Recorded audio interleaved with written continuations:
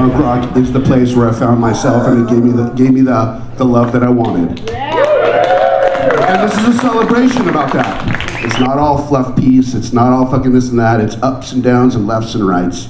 Enjoy. And one of the main reason why we're showing it in theaters and not streaming, because we want people to get together. Because like I've said numerous times just now, we are a community. We are a house of people, of like-minded people.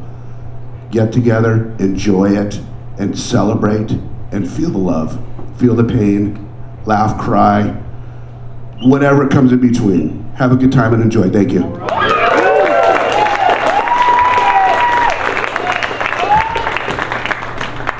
So without further ado, I'm going to invite them up.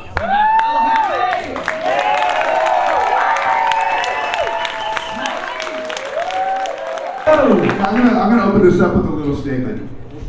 First off, thank you guys for coming. Really, honestly, really respect it and love it. And we made this movie to show you guys what you guys have brought to us.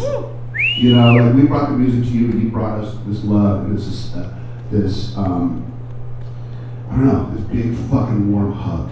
And we wanted to actually give something back in a way to show that we really respect everybody that's come and seen us. We really respect everybody that's bought our music, and we don't take any of it for granted. That's why we made the movie. I'm Cesar. I'm from Brazil. So Brazil. Yeah. So my question for you, Fred, so you don't see a lot of Latinos in rock scene. Even so in California punk rock scene or whatever it is, and how you feel yourself to be a punk rock in that scene, how you find yourself, because during the documentary still you was Latino with white guys. Well, I'll tell you, I was in Hollywood 1989, 1990, and musician trying to find my way, and I did not fit in any scene. It was all hamster hair, it was all rock and roll, and I kind of just started hanging out with these punk rockers, and I was hanging out with Smelly at different punk rock houses, and it's where I felt welcome. I didn't feel judged. They welcomed me. So we would all get fucked up together and drink, and he did drugs. Everyone was on heroin. And when he finally said come audition for the band, and I got in, I did my very first show was when I realized I got on stage with these guys, and that's when I saw the community, the punk rock community, and how they embraced me. And that's when I realized I belong here. I'm home. Woo! Yeah, dude. To be the first Latino, I don't know if I was the first Latino. There were the Cadillac Tramps, there was Gabby, and all that. You know, actually in Los Angeles, since there's a huge Latin community, there's a very big Latin punk. I mean, there were bands that from the 70s that were punk rock, that were Mexican. Well, yeah, I mean, they were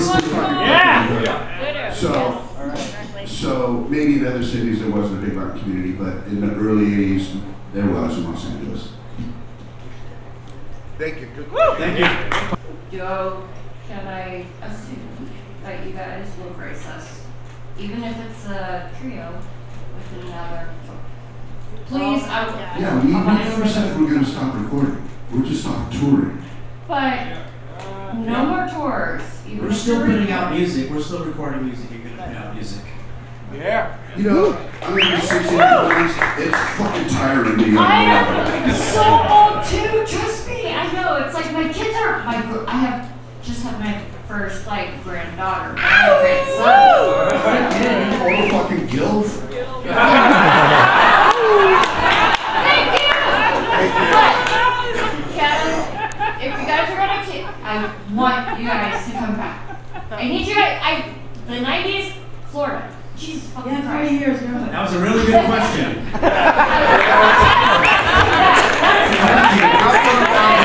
Thank you. You and the pink. I want to know what your favorite Fletcher story is. Fletcher story? Oh, fuck, there's a lot. Oh my God. I got one. All right, my favorite Fletcher story. This motherfucker's the punkest motherfucker on the planet, man. Have you guys ever met him and hung out with him or talked to him? Total, maybe sober, sweetheart, nice guy, articulate, engaging, charismatic, very good at conversation, listens, great fucking guy. When he starts drinking, it's not something that might happen, something's gonna fucking happen. Fletcher story, my favorite one. We were at a radio station in Los Angeles called K-Rock. K-Rock is the mainstay, the main radio station that everybody across the country was listening, using as a model in the 90s. That's how Bad Religion and Offspring and Green Day, they got planted in K-Rock. Every Sunday night there was a show called Love Line. And they would occasionally have actors or bands on Love Line. Pennywise was on Love Line. I was living with Randy from Randy was my roommate at the time. They're on, Love Line's like a self-help. My boyfriend's being an asshole. We'll fucking leave him. I can't stop that, you know what I mean? They have a comedian and a doctor on there. Adam Crow, Dr. Drew. Pennywise is on giving advice to people. Fletcher starts drinking. Fletcher decides to hold the place hostage. Live on the air, he says, no one leaves tonight. Death by hand grenade. And he pulls out a hand grenade. And then, true story, he's live on the air, he goes, and if anybody gets close to me, they get doo-doo face. He's shit in his hand. Doo-doo face is a game that he has. So it's dead serious. So live on the air, but freaking the fuck out, cops come, blah, blah, blah, blah. They finally bust down the door, they arrest him, no one got doo-doo face, the place didn't fucking blow up. He gets out of jail and he has to do a big public apology because K-Rock would play more punk rock. He goes on and apologizes and says, I'd like to really show my respects, apologize, for my childish behavior. I wasn't really gonna blow the place up, look, it was just a candle. And no one got doo-doo face, so no big deal. Oh, wait, I forgot, let me go back. During all that fucking shit before they broke in, he threw up on Dr. Drew's head. Right over there. So he presented a trophy as a token of appreciation. The bottom of it says, I'm sorry.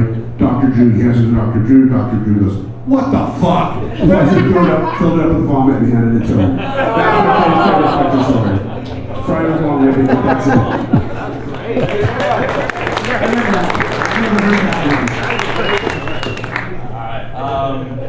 So I have a few defining moments that, music really changed my life. First time I heard Abadi, first time I heard Wu-Tang, and then the first time I saw NOFX. I was 12 years old. Smelly, I told you this after your last Chicago show. And I didn't accept it because you were way too young. You asked me to blow you. No. That was a different time. He's a different guy. Your wife was there and your child was there. But I started tearing up and you gave me a hug and it was the sweetest fucking thing and I appreciate that. But when I saw NOFX for the first time, I was 12 years old, I'm almost 40 now, and I got on my brother's shoulders in the pit at Warped Tour. You guys were playing Bob and I was fucking swinging my fucking hands around. And it changed my life. And so my question is before you got on stage with NOFX for the first time and changed your life, like what was that defining music moment that changed your life before NOFX? Music moment? Yeah, like a band moment, a music moment where you're like, fuck, this is who I am. The defining moment for me is when I discovered the Dead Boys. 1978, I discovered the Dead Boys through a picture. I stole their first cassette. I stole Young Ron started the cassette tape, and when I put it on, because I grew up in a shitty environment, and I was always looking for something different, and I always really liked dark, scary stuff. The first song is called Sonic Reducer, and the lyrics go, I don't need no human race, I don't need no pretty face, I don't need no mom and dad, I don't need no YouTube. And right there, I was like, fuck you. That's so great. It wasn't singing about driving fast cars or getting laid, it was about, fuck you, world. That's how I felt. That was my moment. That's what I did today. No user. I made my first 45 as a kid. My mom was Ohio players loved roller coasters. Karina? Well, I was this huge. My family, everyone was had a lot of great music taste, but for me, when I heard the Specials, the first Specials records, I grew up in England, and I was already really into music, but that was, for some reason, that just kicked it off for me. It was like a combination of, you know, this really punk energy from like Nightclub and Little Bitch and all those songs, and then amazing, you know, like keyboard parts and ska and like political lyrics, and I just loved them so much, and it was like a very changing moment for me, like into like I want to do like punk rock stuff or you know ska punk stuff. I love it. Let's round it out. Let's go. Oh, me? Yeah. I mean, I'm a bit, you know, I mean, the first time I heard Nirvana. Yeah. I mean, the thing with me was the first time I heard Nirvana was like you could go to a record store and I'd never even heard like a bootleg before. I was like, what's this? My friend would be like, I found this. You know, this is them playing Love Buzz and you know, wherever. And you're like, holy fuck, there's this whole universe I didn't know about. Appreciate you guys. Thank you. Yeah. My question is, any music business advice for young punks like me? Big time. No expectations. Just have fucking fun. If you have expectations, you're setting yourself up for failure. If you think you deserve something, you don't. But you do deserve to have a good time. That's it. No matter what you do, it's fun. You play 2 hours away, fun. We just played 2 hours away. Don't bitch that no one showed up. You know, enjoy the journey. That's my only advice to everybody. That's why we lasted 41 years. You guys want some stickers? Huh? You guys want some stickers? Yeah. Yeah, can you put it with the rest of the stickers? Yeah, give us a second. Yeah, things happen when you're, you know, when you're doing music like this and you love it. Things will go up and down, things will ebb and flow, and you just gotta, like, think, like, for me, I always, like, go back to, like, if I'm having, like, a grumpy moment about, you know, like, no one cares, or people aren't into it, or, you know, shows went bad, or whatever, you just have to, like, remind yourself that, like, oh yeah, this is something I love, and, like, if there's no one here, sometimes that's the best show. Like, you can just be like, I'm fucking having a great time with my friends on stage, and it will be like the most perfect show. And then you play a big show, and it won't be that fun. You just have to tap back into that feeling always. Mm-hmm. Like when you lose it for a minute, just come back to like, why am I doing this? I love it. And if you don't love it, stop doing it. Yeah. Like fully if you hate it for like a while. And remember, if you're having fun, the audience will have fun too. You guys are circulating the energy. You're giving them energy and they're giving it back to you. It's a cycle. Yeah, good point. Whatever you're feeling on stage, they're going to pick up on it and they're going to feel it too. And they're going to give it right back to you. Mm-hmm. Awesome. Thank you guys. Cool, man. Yeah. Okay, 2 questions. Smiley, I can't find any information about the winos on the internet. Hey, if you Google Dog Patch Winos, a bunch of shit comes up. I can't find anything. Look, fuckface. Okay. I'm interested in the history of this group you're part of, and I can't find it. Dog Patch Winos, Los Angeles. Did you Can't use think of Siri? smelly winos. No, I didn't use Siri. Not one sound. Wait, hold on. I'm just gonna tell fucking ads. Here we go. Right there. Let's hear it. Here have there been punk rock gangs, Dog Patch Wino, Street Gang. Get ready for debauchery brought by the Dog Patch Wino. You didn't look very hard, did you? No, what was your experience in it? Like My history experience? and your experience, yeah. Okay. As tagged in the movie, I always grew up insecure and wanting to be accepted. I didn't feel it anywhere until I found it in punk rock, and it still didn't. I still needed more. And Dog Patch Winos is a group of troublemakers, not with violent tendencies, but with just like, what's the word? Just mischievous, like just fucking doing stupid shit. So I was one of the first in the first generation of it, and we're just a group of fucking brothers that just ran around and just did stupid fucking shit. As a matter of fact, I talked to Mark Curry 2 days ago, and I talked to the leader, John Brandon. I hung out with him for 3 hours last week. It's just a band of brothers that just did stupid shit. Yeah, a lot of us went to prison. Yeah, a lot of us fucking died. Yes, there's been some shit, but it's my fraternity, you know? Everybody is looking for acceptance. That's why people join gangs, that's why people join fraternities, that's why people do all kinds of communal things. And that's what Dog Patch Wino is. It's like a street fraternity. I hung out with all of them. They tried to make me a wino. Luckily, I didn't become one. You want to hear the story about FA? Like, Yes. Okay, sometimes winos, to get into the winos, you don't necessarily get jumped in like traditional gangs, even though we do beat each other up a lot.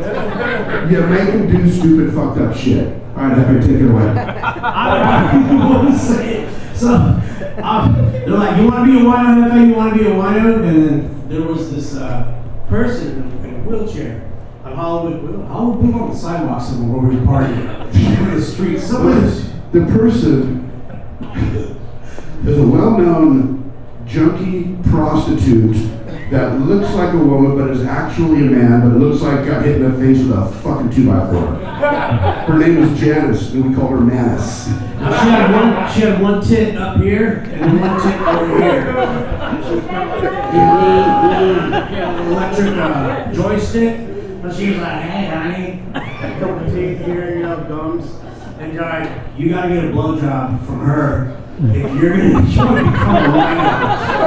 No. Yeah, but how did you find? But we said, Janice, suck his fingers, and what did she do? She said, pull out your finger.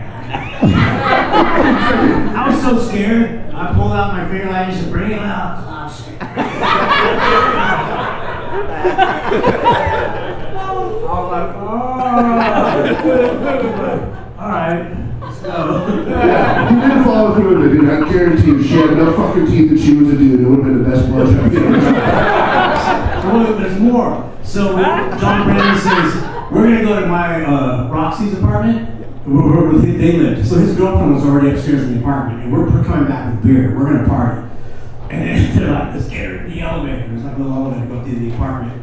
And all the ones like, yeah. They get in the elevator, they go up, they open up the door, they try to wheel her in, and Roxy gets up and goes, fuck no! Get the fuck out now! No, this is not happening. Like, wait, Roxy, we're gonna make that fail wino. You don't understand? No, get the fuck out!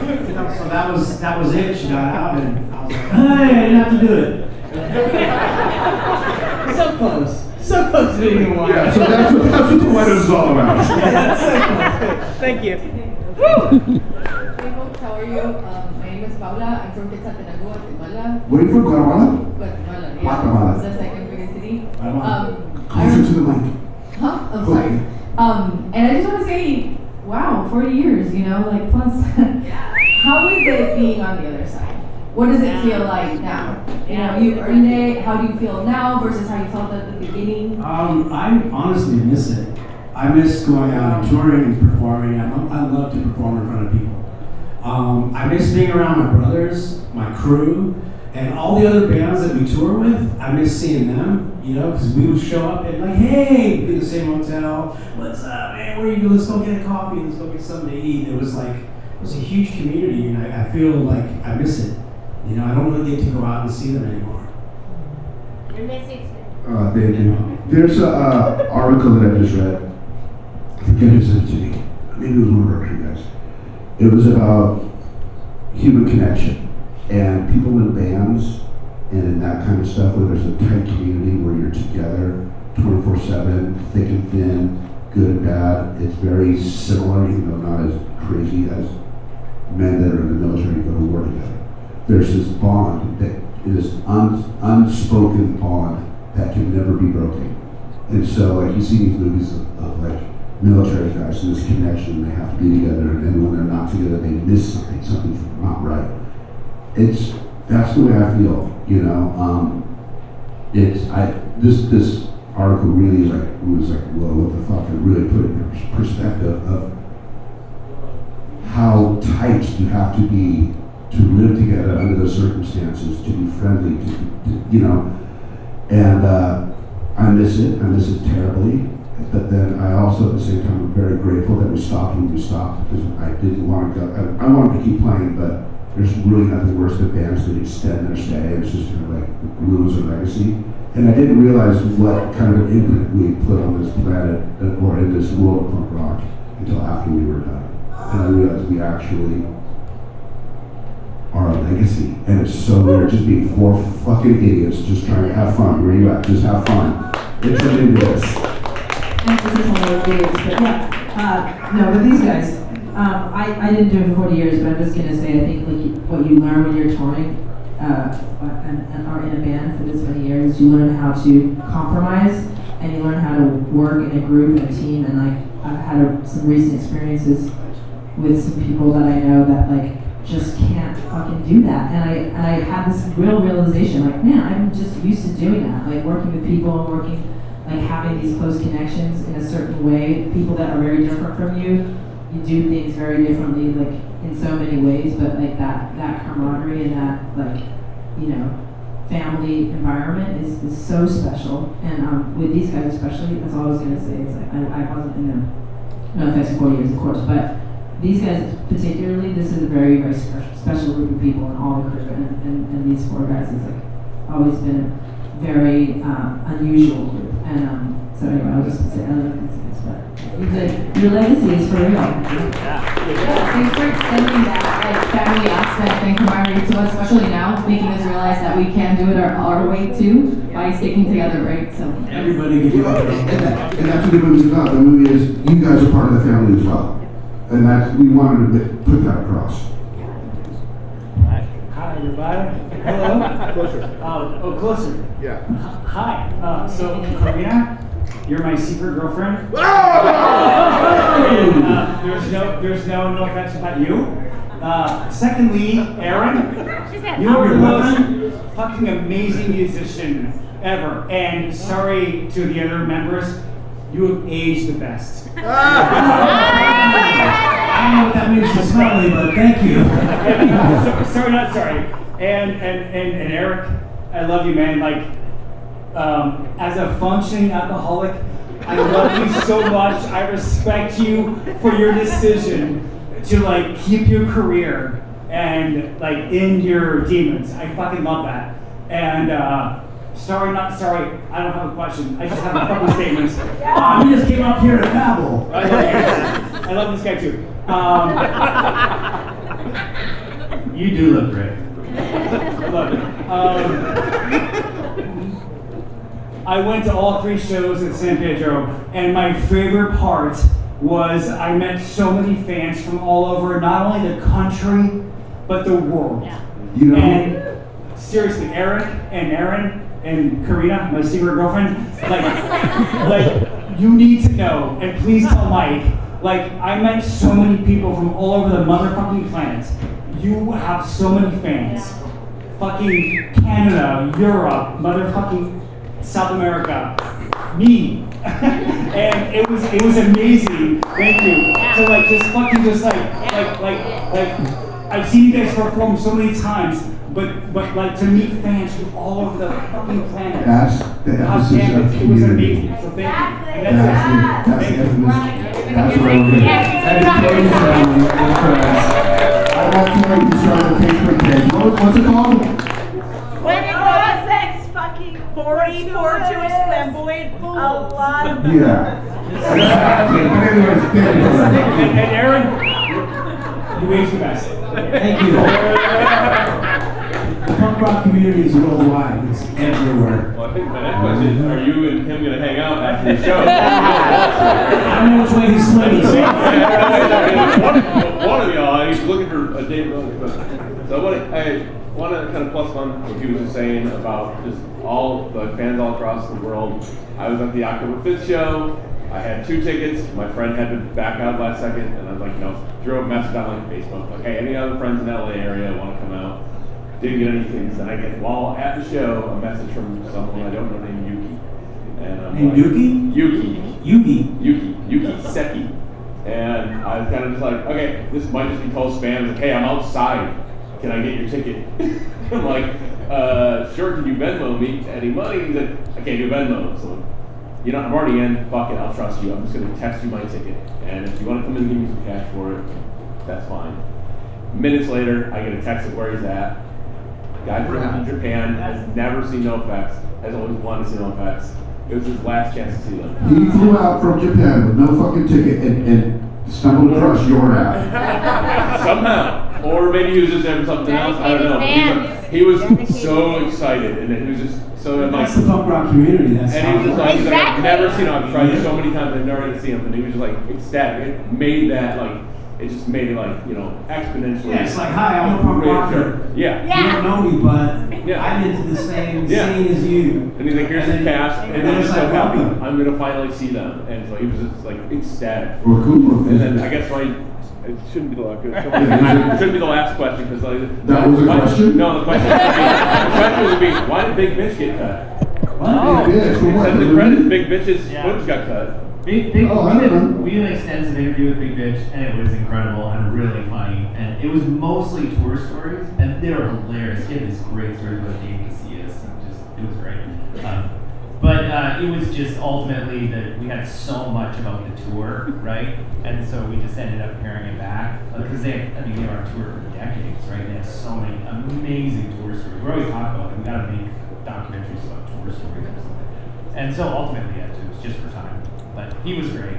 Great. Thank you very I hope much. there's a better question coming up. Yeah. Thank you. Thank you.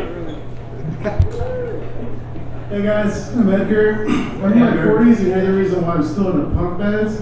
But anyways, I was wondering if you guys could talk about what you're doing now, like what kind of work, what kind of bands. Are you guys in any punk bands? Any other kind of bands? Yeah, me and Smelly both play on off with different. I've done a lot of shows with the Aquabats. There's a band called Goldfinger. I don't know if you heard of them. I've done Australia with them. I'm also being hired to play guitar on different songs. I did a song with John Feldman, Goldfinger. That's come out. Oh yeah, that's it. No, that's not yet. And then I did a song on Ice Nine Kills' album, and President Spencer Inc. So, and I'm doing a lot of acting. I'm doing a lot of movies and television. That's badass, man. Yeah, and I've played a couple shows with the Vandals. I'm their fill-in drummer when Josh Reeves is doing whatever the fuck he's doing, and I'm in another band called 84 Days with Randy from Pennywise, like a fun little project, and you know, I'm doing the surfboard thing. I'm shaping surfboards every week and stuff like that. You know, I mean, keeping myself busy. Thank you very much. Oh, what about you, Rita? Well, I was in a band called Dance Hall Crashers for we took a 20-year break and very surprisingly decided to do some reunion shows. So we're doing that right now, which is dude, and they're kicking ass, man. They're so fucking and I do play a lot of stuff locally in the Bay Area because I live in the Bay Area and I'm in quite a few bands and projects. Regular Orchestra, which does a lot of cool soundtrack stuff. We just did a whole Mark Mothersbaugh show with him and learned all his music. It was amazing, all the soundtrack stuff. And I'm about to release some music of my own, and I write music, and I'm in quite a lot of groups there, so that's more local though. A little bit of touring. Yeah. Cool. Amazing. Thanks, guys. Wait, I'm gonna shamelessly plug all my crap. My day job is talking to serial killers. You can listen to my podcast called Unmarked, the True Crime Podcast, which is on Apple. Nice. I have a book out about Charles Manson, and I just released another dark fantasy book, which is on Amazon, called Plague of Steel. And I'll be on Netflix later this year with another True Crime podcast. Real quick, my name's Terry. I have a DIY label called Diverse Chorus Records here with my buddy Greg over there. Anyway, just a quick question. There's a character that you mentioned in the book. I think both of y'all comment on a gentleman named Ray. Did you ever hear from him after the book? Raymond? Yes, Raymond. He's in prison for life now, and his actual name is Ryan. And no, I didn't hear from him after the book, but he's the guy in the movie that I say I got high with Ryan for the first time. Okay. That's it. Yeah, I changed his name to Raymond because he wasn't in prison at the time. Just, you know. That's the guy that said welcome to hell? Yep, dot your teeth across your eyes. So as a fellow Hep C survivor, of 2016, when did you get cured? Obviously, because you're still here. My Hep C is, my viral loads are pretty low right now. Okay. I'm just every 2 years of getting tests and biopsies. Okay. So I haven't actually, I didn't do interferon and I didn't do the pill. Even though my doctor, Carboni. yeah, my doctor said you should just do the pill. It's easy. Yeah. And I'm like, okay. but you know, I forget about it. You got it later than me. I got it in the mid 70s, so Yeah. I was diagnosed in 2000. How did you get it? Same way. Okay. Intravenous drug use. Yeah, I got mine in, you know, late 80s. Well, you didn't get it from me then. No, heart only saved my life, you know, so obviously I figured, you know, but yeah, that's good. Your loads are down. Yeah, my loads are down. Every 2 years I get a check. I mean, they don't have to do did you ever have the biopsies? Liver biopsy done? Is that a joy or what? Fuck, dude. 8-inch needle. Into your fucking gut that grabs a chunk of your liver and then fucking pulls it back out. While you're just sitting there. Probably Mike would like it. How's it going? Can you hear me? All right. I'm Lewis. I'm 40, so I've been alive as long as you've been a band. So things I'm thinking of as I turn 40, I'm just counting down the days to retirement. 25 years. Why do I do what I do? Right? You guys had this amazing career. I'm sure there was dark days as it was going on. What was the reason you did what you did? Like, what was that moment? When it's like, you know, like when things were the worst and maybe you're thinking like, this isn't for me. Was there ever a moment like that? It was always for us. It was always for you? Yes, even the hard times were fucking good times. Yeah. I mean, pain is pain, right? Yeah. But gratitude and doing something that you love is the number one priority. Yeah. Just like what Karina said, sometimes you might have a bad day, but you step back and go, oh wait a minute. I'm in fucking Belgium eating a fucking goddamn whatever you eat in Belgium. That was awful. There was a time that we were in Europe for almost 2 months straight, and we were traveling in a van and sleeping on top of our luggage. It wasn't like there were seats in the van, and it was gnarly. And it got to the point where we were starting to get agitated and fighting with each other, and it was like the tour's too long, man. We gotta go home, man. Well, he's like, what are you guys talking about? We gotta get it while it's good. And this was the beginning, you know, like 92 maybe? Yeah. 92 in Europe. And all of us were just like agreeing. Me, Smelly, Mama, we look at each other like, yeah, I'm fucking tired, man. So there's times like that, you know, we'll band fight, we'll go home, you'll get some rest, and you're like, let's do it again. So just picking yourself up. Yeah, just pick yourself up and just Thank you. Yeah, sometimes you gotta take a breather and take a walk. That's all. You know what I mean? Like, just no. I'm just all I was gonna say is you just gotta step back a little bit and look at the situation and is this worth it? Do I love it? Yes, and you have to do that, right? Yeah, same thing. All right, guys, we're gonna wrap this up. You gotta eat some fucking dinner.